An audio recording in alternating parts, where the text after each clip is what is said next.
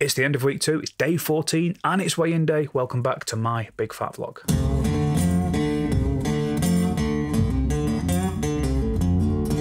Hello guys, thanks a lot for joining me and being here again. It's weigh-in day, end of week 2, day 14, and it's going really well. It's all cool. The training's nice. I've continued with my 30 minutes of steady state, 120 beats per minute heart rate on the bike, and then 5 minutes of sprints, and then a 5-minute cool down. There's been a couple of days where the sprints have gone over the 5 minutes because my heart's not been quite getting back down to 120 quick enough, so I've had to extend the time a little bit. That might be due to how I'm resting or how much sleep I've got, or if it's been an early start. I'm not a doctor, but I'm sure there's a reason why there's a bit of variance there. So that's been cool. I've done my 40 minutes every day with that.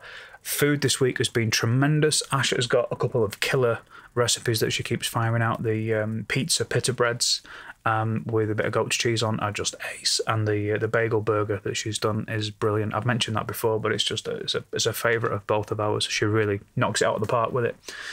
So that's really cool. It's weigh-in day, so let's have a look at some numbers. Starting weight was 16 stone 9 pounds. That's 233 pounds, or 105.6 kilos.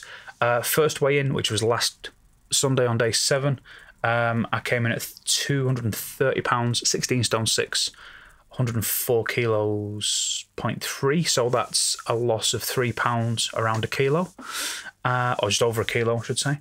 And this week is 16 stone 4. That's 228 pounds, 103.4 kilos, down from 104.3. So that's a total loss of 5 pounds. A couple of kilos. That's a good shout. I'm really pleased with that. It's worth mentioning as well, I had a bit of a wobble this morning because when I first got on the scale, I was tired and I wasn't paying attention, and for some reason I had it in my head that I hadn't lost any weight, that it was just the same.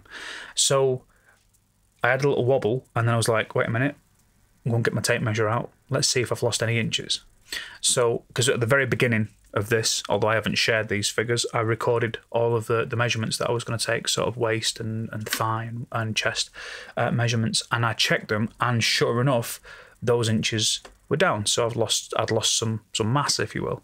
And I think it's important that we've got more than just the scale as a metric for success when it comes to this stuff, because that's not very healthy. You know, like, I'm at my weight now, I'm still, you know, I'm kind of like heavyweight champion of the world weight right now, you know, like competing heavyweight boxer weight, maybe even super heavyweight weight. And you wouldn't think of those guys as being fat. So it's important to think about having these other ways of measuring success, you know, how you feel, what your energy's like, what your relationship to food's been like that week. Are you going to bed hungry? Are you waking up hungry? All of those things. And in all of those categories, I'm absolutely happy. And then I got on the scale and I was a little bit jaded. And all that had happened was I wasn't paying attention and I was tired and I just read the scale wrong. And then I got on again and read it. I'm like, oh, I've actually lost a couple of pounds. You know, you dick, what you're doing, you're reading the scale wrong. But that's an easy thing. So I felt quite happy with myself that instead of just going, no, I've not lost any weight, I went to the cupboard, I got out the tape measure, and then I took some measurements and was like, oh, I've lost some inches, so the fat's coming off. So that's good. I can see that the measurements are different. I can see that I'm changing shape, and that's equally a metric for success, if you will. It's another way that I can sort of measure what progress I'm making. So I'm really happy with that this week. A couple of pounds off, 5 pounds total on week 2. That's nice. Plans for next week, I'm going to add 10 minutes of body weight style exercises on. So I'm adding 10 minutes every day. And the only real consideration that I'm going to make with this is I'm going to do sort of bodyweight squats, push-ups, planks, maybe some deadlifts, maybe some rows. And I haven't worked out the details yet, but I just need to make sure that anything I do with my arms, like push-ups, for example, I need to have a day to recover before I have a gig, because I know that I get kind of a creaky arm. Like I've had tendonitis in my left arm quite badly. I had to take some time off from playing a few years ago. And so I need to be mindful of that, because if I put that at the beginning of the week and then I've got 2 gigs, got 5 hours worth of playing, with my arm not feeling great, I know that that's not going to be cool. Whereas if I maybe do that on a Thursday or a Friday, then I've got Saturday and Sunday to recover before Monday night. So yeah, I just need to do a little bit of planning with that. I'm going to try and take maybe 1 or 2 exercises from each kind of group. So maybe like squats and lunges on one day, and then maybe planks and crunches another day, and then maybe deadlifts and rows, and put them together and just kind of get a little bit of a starter circuit going on into doing that. So I'm not doing heaps, it's only 10 minutes, but that adds up to an hour a week, which, you know, if my students found an extra hour a week for guitar practice, they'd see a magical amount of progress. So I'm kind of hoping I'm hoping that it's similar, you know, because it's going to get to the point, hopefully, where I'm doing an hour a week of training, an hour per day of training, which will be 6 hours a week.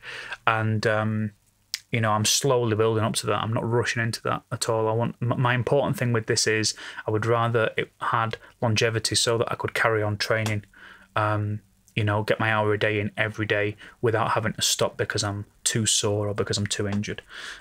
So I like the way that it's currently going. I tried the bodyweight squats and push-ups on Saturday yesterday, and I feel okay after that today. I think I did 30 of each, which wasn't bad for a first go, and then I did the bike after that. So that's kind of where I'm up to. That's the plan. I'll keep you all posted. Thank you so much for joining in and being sending all your groovy messages and being here and doing all of that. There's been some really nice comments. I've had some really nice direct messages of people sort of offering lots of support, and that's very, very, very cool.